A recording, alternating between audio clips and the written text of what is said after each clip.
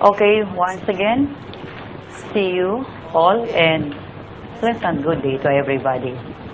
As I mentioned last time, my last presentation, I discussed and presented about the questionnaire. This time, the questionnaires will be explained again because it is the full questionnaires of my studies. First, when you make a questionnaire, make it a point that the title of the study is indicated on the top of the questionnaire, like the one that I have here.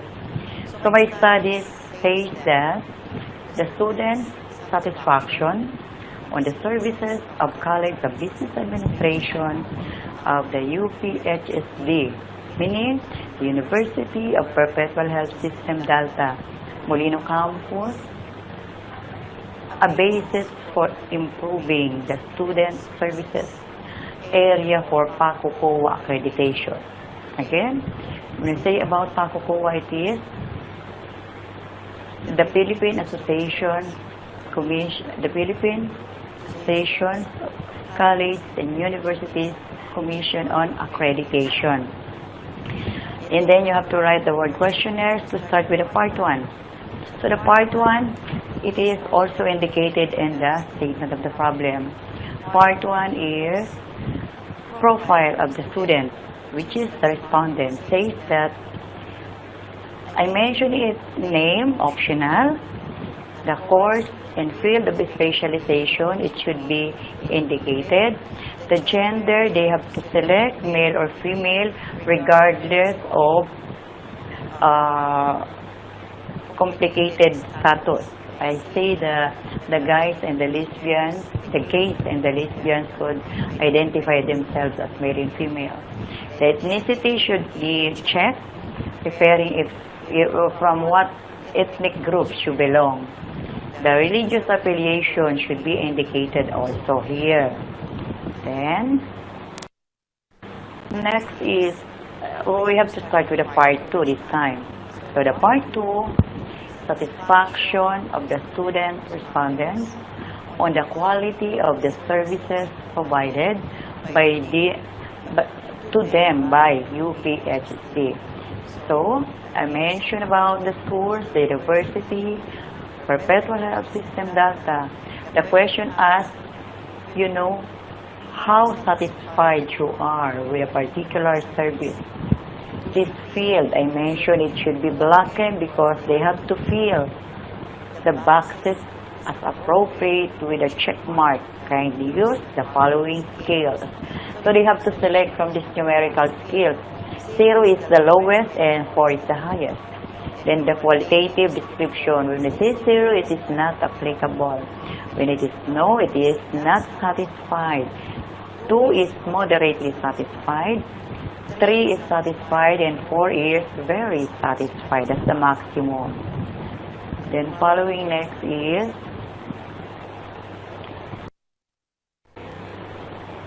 questions on the quality of services.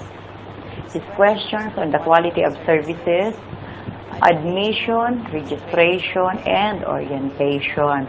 So we have the selection on the right side, the level of satisfaction to the service. As I mentioned about the scales, 0, 1, 2, 3, 4. 0 the lowest, 1, 2, and 4 is the highest. The question here is, how satisfied are you with? The students could select from the scale, from the level of satisfaction. So the question here is, the information you received from the university prior to submitting yourself for enrollment. So this question asking if they received any information before they go on enrollment. So they will select. Before they enroll, we have the so-called career orientation. The career orientation, the group from the guidance officer, group from any colleges, they go to other schools, the secondary high school, they used to campaign, definitely to campaign the university in the course so that when they graduate from secondary, they could come to the university. So the students are aware about this. Number 2 question. The efficiency with which you offer of a place was confirmed. So when we talk about efficiency of the place, during the campaign of the schools to the different secondary high school, the place of location of the university is being stated. They usually give a map. That map could guide the students if they will go on commute. They will ride in a public utility vehicle. They could know where the terminal, and it will pass by and stop, and vice versa. So they have to select. Number 3, the procedures for your registration with the university. As I mentioned before enrollment time, there is a sign, a guide that the student should do. Will go to the different buildings, rooms, windows for their registration.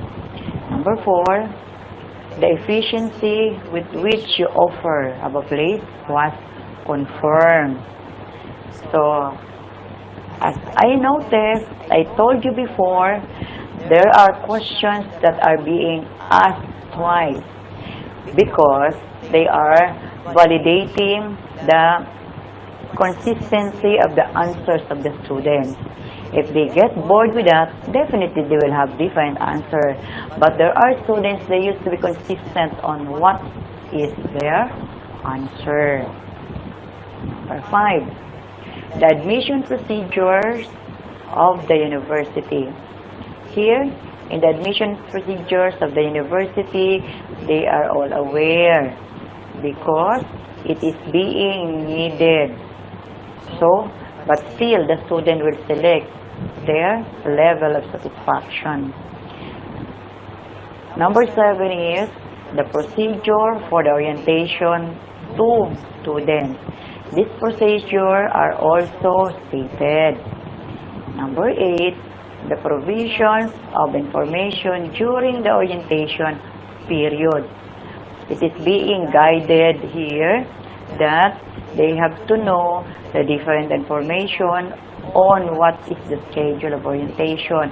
It is according to the course, to the level of their college, or if they are first year, second year, or higher level. But definitely, when we have the orientation, it is only done by the first year student. Second is the usefulness of information provided during your indication week. Here, the usefulness of information is this induction week. After the orientations, they have the so-called acquaintance. This acquaintance, the first year will be acquainted with the different groups of level of students, the different organizations. They have set of organization that the students should be involved. The general arrangement for orientation and welcome. So, meaning, this orientation, the new students are welcomed by the old students. So, there are questions. If you are researchers, you could ask also questions like this. Please add any comments you would like to make about the university's arrangement, admission, enrollment, and orientation. So if the respondent or students want to put any suggestions, they may write in this blank. So you as researchers, you could also do this. Okay? Okay, next. Here, the next questions are asking about the teaching, learning, and assessment. Teaching, learning, and assessment. Please answer the questions in this section about your course as a whole. So we are pertaining to the course or the field of specialization that the students are taking up or currently studying. We have here the level of satisfaction to the service. Again, how satisfied are you with? So the students are being asked if they are satisfied in what way. Number one, the quality of teaching. Are they satisfied on the professors rendering teaching to the students? Are they in good quality? We have to select. Number two, the extent to which the course develops your knowledge and skills.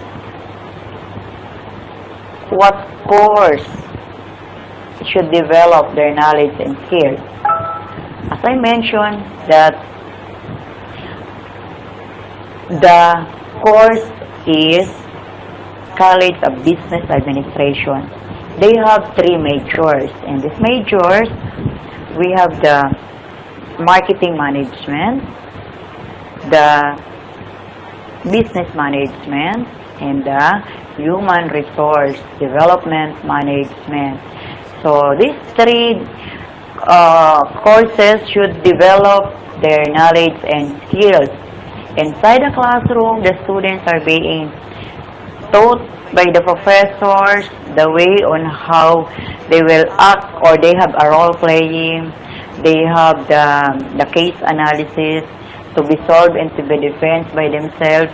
The students will participate because we have the so-called the output-based syllabus that the professors are guided on what they are teaching to the students. Okay. Number three, the assessment arrangement. In assessment arrangement, they have three questions. First question, assignment, quizzes, and projects. Students are very, very much aware about this, that almost all subjects have an assignment, and the quizzes, at least in a period of before the major examination, they have at least 3 quizzes, and as well as with a project. There are courses that the project is, in one subject there is a project to be submitted at the end or before the end of the semester. So students are very much aware about this.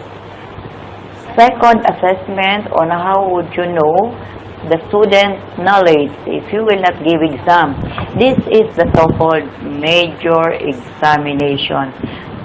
In a semester, we divided that into 3 major exams. The first is prelim or the preliminary. The second is the midterm, and the third is the finals.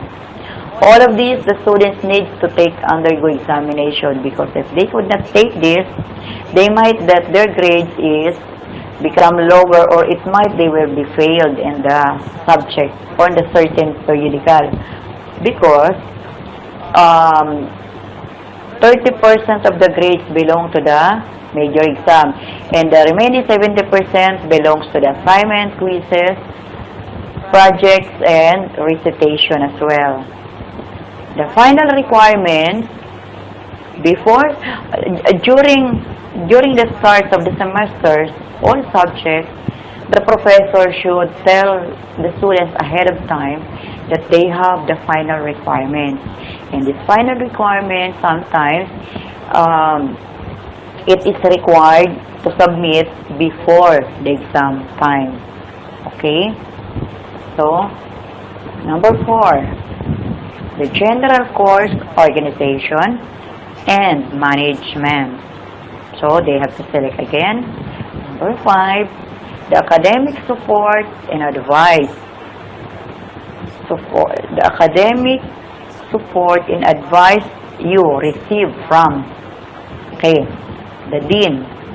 The dean of the college should give any information in support, of course, to all students concerning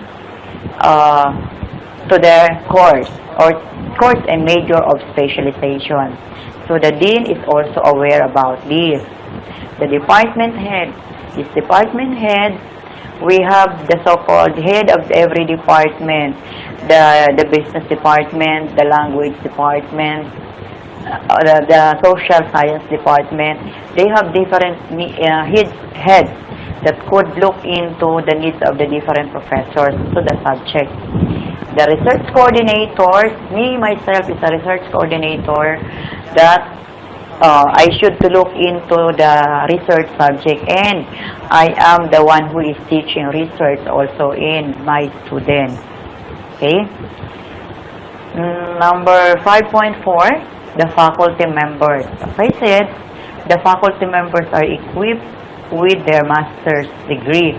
They all finish the master's degree, and some are doing or undergoing or in progress their doctoral degree, and others used to finish the doctoral degree. Okay. The next is number 6, the learning resources. In learning resources, we have, of course, the library. In the library, it is equipped with the internet facilities that the students could serve, could do research, and they have updated books. They have also an online resources, the cohorts, the so-called cohorts online, that they could access the different books in the different courses. Number 7, the personal advisor, link advisor arrangement. In the College of Business Administration, we have the so-called advisor of the organization. Say, advisors of the Junior Marketing Association. It is one professor assigned to become an advisor. There is also an advisor of the Student Council. There is also an advisor of the Business Management Society. So, students are aware about this. Number 8, the overall quality of the course. In the overall quality of the course, you have to assist. If they pass the exam, the requirements, and of course with a good grade and with a quality grade. As I said, for every aspect of the questions, you have to ask another questions, which is called as easy questions to the respondents. The respondents could answer, or they may not answer this. It's their option if they will answer this or not. Like, please add any comments you would like to make about the quality of teaching, learning, assessment in your course. So if they want to have an additional information, they have to put a comment to this line. If they do not have these questions of 1 to 8, it is answerable also, or it is good as an answer. The next. Okay. Student services this time. Mentioning about the student services, how satisfied are you with? They are referring to the student's body this time. That, are the students aware about number 1? Satisfied about the activities organized by the Student Central Council. The Student Central Council, it is the whole university that they have to select the president of the Student Council. It is represented by the different officers, by the different student organizing body from the different courses. They could select one officer or one set of officers for here. The provision of students' clubs and societies are also aware, because these clubs is the so-called extracurricular activities. Say the dancing club, that they are the one who are participants. If ever there are shows, they could give an intermission to the visitors or to the program. This is also called as the club, or any societies concerning to their organization services of the students. Following next is the sports, recreation, and fitness facilities. Students are very much aware, because there are a lot of students who are scholars. Scholars because They belong to any particular sports of their interest.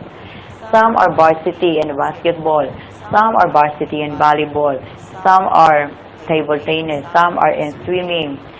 All of these sports, they are considered scholar of the university, and they used to practice on their vacant time. And one thing more, they are the one who will represent the schools during the competition. Okay? Number 4. The different activities for sports, recreational, and fitness. I am referring here to the intramurals. The intramurals are being players, the different courses have different set of players that they will play together to represent their college or their team. It is being conducted during the so-called university week. It is a wide activities of the university that's called intramurals. There are recreational, the fitness, it is belong to one. It concerns for 1 week celebration. The students should not be absent because all of them has a particular participation. They are aware. Number 5, the availability of careers advice and services. So this career, the students who are graduating like the 4th year or the 5th year, the guidance office, they have the so-called career pathing, or they have the careers of every professionals, every industry that they go to the different schools. They used to tell that if they have, if anybody is interested to get into in their company, they are willing to apply and to give an exam, to be interviewed. They are doing that. So they, in a certain place, location, there are different companies seated with the requirements being interviewed by the graduating students, so that if they graduated, they have a career already that they are waiting for them. The quality of careers advice and services. There are available careers and there are also quality. Why there are quality? Because the schools are screening the different company, industry that gives services to the students, or having a career orientation to every student. They used to screen first by the school. So the schools are aware about this, and as well as with the students, the respondents. Number 7 is the assistance of the help offered by student support services. So here, the Dean of Student Affairs. So the student knows that the Dean of Student Affairs, it is only one dean in a university. Regardless of what is your course, it is only one dean for student affairs. It's only one dean for the prefect of discipline. The student will be caught, their attention if they are misbehave within the university campus. The guidance and counseling center are also helping students if not necessarily have problem, but if they have concerns about guidance matter, they are all welcome to be at guidance office. Sometimes if they have a lot of queries, they have the so-called schedule. In this schedule, they will the guidance are giving the this slip of schedule to the students so that they have appointment with the guidance counselor. Then the accounting office. This is very important as far as the student services is concerned. Why? Because all money matters are being synchronized in one office only, which is the accounting department. If they will be paying the if there are projects, paying tuition fee, or buying some books or whatever, they only go to accounting office where they issued an official receipt to any transaction. Okay?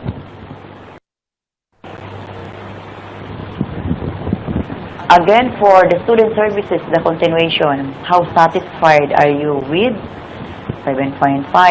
The registrar's office. Okay. This registrar's office and the accounting sometimes has a long lines in accounting during exam, and registrar's long lines during the verification of grades. Some students, they did not fall in line with the registrars because grades will be viewed online. But there are cases that the interruption of the internet or the connection, that they could not access, they could not see their grades. They usually lines of the registrars for any queries. Number 8, the availability of students. Study support. So, this student study support, there are students who will act as a tutor to the student. They will encourage the student to teach by the same classmates if they are good in a certain subject. Say for example, you are weak in math. Somebody who is very good in math, they could assist the students who are not so good. So, they have the student study support. They are helping one another. The quality of study support. There is quality because it is being taught by the knowledgeable student. Okay? The availability of financial advice and help. As I mentioned, all employees, if they are a regular in the university, all their children are 100% tuition fee free. They will only pay miscellaneous pay. But there are a limit number of students. The number of students limited, I am not very sure if it is at least 3 or at least 4. Beyond that number of children, you have obliged to pay. So if you have children 1 or 2, they are all free and tuition fee. And remember that tuition fee today is very expensive. It is one good help to the employees. And if not the employees, the students who is a varsity players, good in sports. The others is good in recreation. They also help financially by the scholarship of the university. So meaning scholarship is not only given for knowledgeable, but for there is a skilled student being also given. Number 12, the provision of the student information such as the student bulletin of information, circulars and memorandum, announcements, etc. There is for every building, for every floor, which corresponding colleges they belong, they have a certain bulletin board that they could post some announcement. Say the leader of the student council or any officers could put an announcement there so that the passers of classmates, other students could read what is being written. Number 13 is University Medical Clinic. The University Medical Clinic opens at 7 a.m. as early as 7 to 7:30 a.m. and it closed at 5 p.m. So they are entertaining any student, even the employees, if they have medical problem or assistance or emergency cases only. The guidance counselors, for the preschool, they have the secondary, the college, as well as they have also the guidance counselors. But there are only very few students who are going here because for them, I do not know if they are ashamed with the guidance counselor because in our university, the guidance counselor here is a male. Definitely a single and a good-looking one. Some, they used to go there because they want to see, but it is very hands-off to any matters regarding, not concerned about guidance. It is plain on the business matters of guidance counselor only. So, Another question, the easy question pertaining to any suggestions stated here. Please add any comment you would like to make about the quality of the provision, students, services, and support with the university. Okay, this is important. Then after that, library services this time. Okay, these library services, how satisfied are you with? What kind of level of satisfaction are you? The library opening hours, definitely. Library opens as early as 7:30 a.m. because it is the start of the class 7:30 and at 6:30 to 7 o'clock p.m. they are still open because the classes ends at 7, some students end their class at 8 p.m. and then the maximum late dismissal is 8 p.m. The provision of library tours. Okay, in library tours, the librarian, we have the so-called library aid. Library aid will the one who will assist the borrowers of any certain books that they want to borrow or publication, thesis or whatever. We at the door of the library, you have to log in because there is an internet connection. You have to log in by yourself. Of course, the name and the student number. When you put in your student number, key in the student number, the names of the students and the pictures as well will be seen in the monitor. And what do you want to research? They have to look into it. They have choices. If you are looking for books, what kind of books, the title of book, make sure that you know the title of book and the author as well, so that you could know you are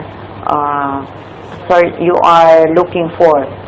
So, or else they could ask the library aid for any help or tours to the different section of the books.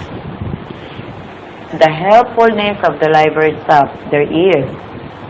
Staff are very helpful. They could give to your table the books that you needed. The availability of books on your reading list. They did not put list on the and the listing. Sorry, they did not put listing of books if the books is not available. Therefore, if it is being listed there, the books is available. Not only one, but there are several copies, because if the students could borrow in group, they could accommodate it, especially during grading period or the assignment period being given by the professor. Next is availability of journals in your subject area. Usually, these journals are being found in the simulation room. Aside from the library, the colleges have their own small library that they have the selection also of journals in the books of the college. The provision of study space. The study space, we have this vents in the any corner of the university that they sometimes they are under the big tree that serve as shelter for heat of the sun. So others used to go to the different, let's say in the gym, they could do some kinds of activities, but most of them they go to the library, of course. The following next is the training you have had in using library resources. During orientation, a library director itself orients the students on how the library being used or being utilized. So they are aware about this also. the provisions of online library guides. As I said, the university has the cohort library online. So, they could enter in that website, and from the website itself, they will be assisted by the questions to be answered by the students. The availability of photocopying machine. The Xerox machine, the photocopying machine is available also, because the books are not allowed to bring outside, but provided they could bring, but they could return that back the soonest. They have only limited numbers of book, and they count if how many number of students will going to borrow from a certain book. Please add any comments you would like to make about the universities on the quality of provision of the library services. So meaning, another question asking if you have any comments to the library services. By the way, the library services is being found on the 4th floor. As the 4th floor concerned, it is a very big library and very cool. A new one library. Okay, so canteen services. Canteen is not found in the 4th floor. Canteen is found on the ground floor only, on the main building. The question asked here: how satisfied are you with? Are you satisfied with the cleanliness of catering outlets? The canteen in the university is fully air conditioned. So there is a janitor who are the maintaining of the cleanliness of the surroundings of the canteen, as well as with the different I call that as staff of the canteen, that they monitor the cleanliness also. The price of food and drink. There are price which is expensive, definitely, and there are price also which is affordable by the student, but not all are inexpensive. They vary, because that canteen, not only students are the one eating there. It's only the professors also are going to canteen. So their prices sometimes there are a little expensive, but most of the time it's affordable. Opening hours of catering outlets. This catering outlet, the owner of the canteen, if there is an occasion, let's say acquaintance or any celebration activities inside the university, they are the one who will cater the food. So it is accessible to the students on what kind of food that they want to eat on that time. The quality of, number 6, the extent to which the catering outlet meets your specific dietary needs. In a canteen, there is a dietary in charge that they look the different menus. There are no menu such as being food today will be food tomorrow. So for every day, they have different variances that the students could select what they want to eat for a certain day, because by tomorrow it's another kind of menu. For example, as I mentioned, they have usually there is a vegetable, but not the same vegetable every day. So health food, health related dietary needs. Mentioning about the soda or the soft drink, the university are not selling that especially to the younger students, the elementary and the second. The elementary, of course, they are just selling the soda because it's not good or it's not healthy to their body. Most of them juices, but that juices is the window juices. Not the other one is in can. Say for example, the pineapple juice, they have that. So again, the question is, please add any comments you would like to make about the university's quality on the services and the canteen operation. So as I said, all comments and suggestions being given and written here are noted by the canteen administration. Okay? Next. Okay. Here, IT-related services. What is an IT, by the way? When we say about IT, it is the information technology. So here, how satisfied are you with the speed of computer systems? Talking about the speed, there are times that it is a low speed, poor quality. Why? Because it varies the weather. If the weather is sometimes windy, so there is the connection sometimes gets slow, or the heavy rain is slow. As you said, and as I said, two questions asked, and the same question. The speed of computer system. To know the validity of the answer to the students, they used to ask same question. Okay? Number 3, the range of software available.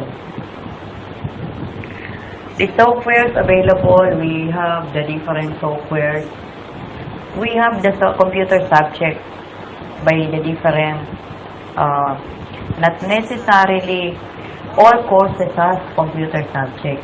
There are only computer subjects which is pertaining to their courses. Central printing services. The computer here has a LAN, the local area network.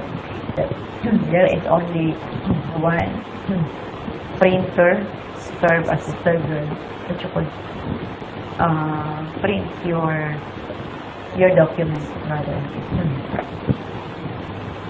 Next is opening hours of the computing laboratory. With the start of the office hours, starts also the computing laboratory. Usually the start of the office hours is 7:30 because the start of the class is also 7:30. Physical environment of the computing laboratory. There are computer supplies and there are maintenance, computer laboratory maintenance, that anytime computer in trouble, they will assist them. The quality of computing internet services.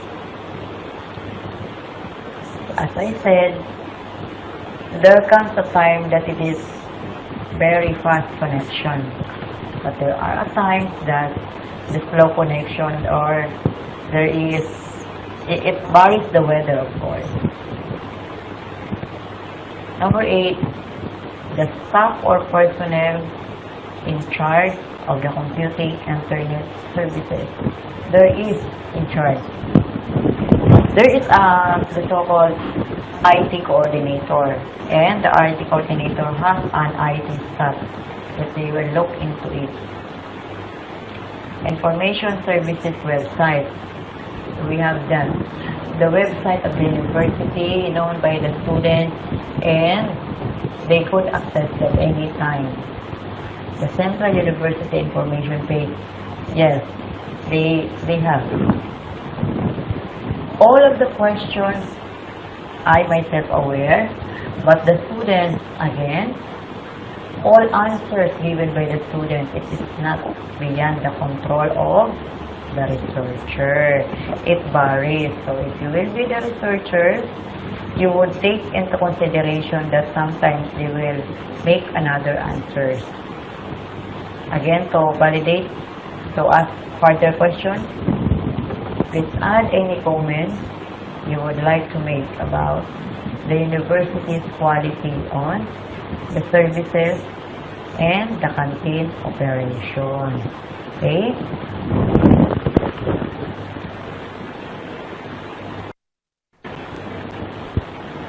Time, the university environment. is very, very interesting topic kasi environment we are talking of. The questions that I would like to ask, how are the students being satisfied with? Number one, the physical environment of the university. The university has 3 big buildings. We have the so-called main building, the hospitality building, and the old building. So of this building, it rises up to 4th and 5th floor. We do not have elevator yet. So how, in terms of the surrounding, it is green because there are trees.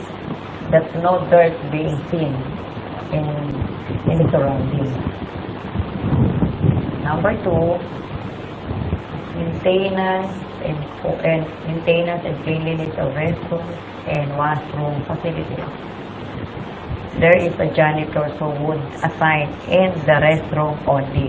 Both male and females are different assignments. Male is for male restroom, then female is for female restroom. As I said before, students used to stay in the toilet restroom because a restroom has a lobby.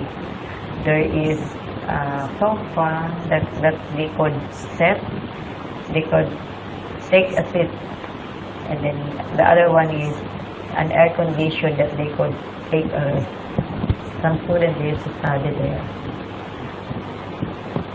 Next is laboratory, the comfort of the laboratory classroom. Laboratory classroom. We have a simulation room. In this simulation room, considered as the laboratory for the College of Business Administration. But in other courses, they have also other laboratory rooms. So number 4, the arrangement of your physical safety and security within the university. Tight with security. The guards, aside from being found in the entrance, they have the rooming guard that they look into the different surroundings. Then they have car sticker. If you do not have any car sticker, your ID should be surrendered first in order to your target inside in the university. Then 5. The general maintenance of the campus. They are in charge for the campus maintenance. The provision of students study in lounge areas. They have the provision of parking spaces, wide parking spaces. When you get into, you come on the right side, then go directly at the back for sufficient parking area. Public transport is the university is accessible for the public transportation. When you get off from the car, it is the gate already. And when you ride in a car, after you pass by the gate, you can ride the public utility vehicle. So no problem about that. Okay? And another question added. Please add any comments you would like to make about the university quality and university's environment. Any comments and suggestions are being welcomed by the researchers to the respondents. Okay. To make it clear, regarding the provision of spirituality and religious relief services, the students are being is involved in this organization. This organization are giving a seminars, conducting seminars, the leader of the campus ministry that they have to attend. Whoever wants to become the members of this organization. To repeat the question number 1, that the provision offered by the university for you to develop your spirituality or practice your religious belief, regardless of what religion you belong. They are not forcing anybody. There are religions, different religions in the university, but sometimes they used to attend, but they did not participate. Because they are being encouraged by the friends to attend, in just only there, just to observe. They will only sit, and they will also give if they are, they want to go to the different locations, they participate. So the availability of physical resources for worship and spiritual development within the university. Here I am referring to, there is a chapel inside the university. In this chapel, they could conduct, as I said, masses, novena, any spiritual services are being taught by the priest and by the organization of the campus ministry. In the question number 3, the work of chaplaincy or campus ministry service, as I said a while ago, the in charge here is a priest. In this priest, they are the one who teach the students who will become a member. They select set of officers, and they have an activities. This activities is a yearly activities, not a semestral activities. So the selection of officers starts from the start of the school year, and then it would be repeated again another selection by next school year. For they have in this campus ministry, they usually train campus leaders, because they are going to the depressed area. If it is affected by any calamity, as I mentioned, that they are feed, they feed the children who are malnourished. They help them also. They educate also the mothers, those who are young mothers with children, that they could not accommodate their children, because there are families who has 4 or 5 children but no stable job. They usually go in scavenging. Though they are in a depressed area, so they used to scavenger different any items that they have to sell that in the junk shop. So in that case, they could earn for a living. So the children are very malnourished, and some children are not studying. They could not afford to study because they do not have any financial to support every day giving to the children. So this campus ministry assists the officers to educate the children. If the children willing to get to school, they teach them how to read, definitely teach them how to pray. So they are being so that they will become God-centered also. The activities is sponsored by the chaplaincy or the campus ministry. They are the lone sponsor of this ministry, that they used to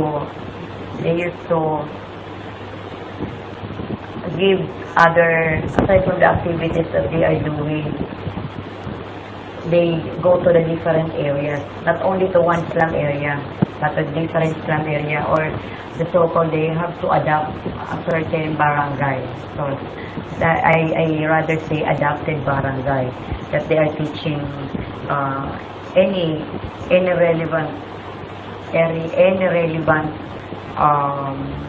kinds of activities, children to read. Then aside from feeding them, you have to read for them, you teach them how to write, how to read, then give some reading materials for the children. So the students are aware and participating. So additional comments, as I mentioned, please add any comments you would like to make about the university's quality of spiritual development services. So all of these are being welcome. Any comments and any comments and suggestions by the students. But usually the students are not doing any comments. They usually fill up the level of satisfaction if they want one or two or three or four, but the highest number is 4. There are only very few students who answer in 4, and the most answered is 3. So I am recommending the future researchers that you have to make your questionnaire now, because after this questionnaire I will make lectures to the additional related literatures after I will present. Then it follows the chapter 4. So this is important, the questionnaires. You could get a finished research without questionnaires, because these questionnaires, they are the one who will answer whatever problems you want.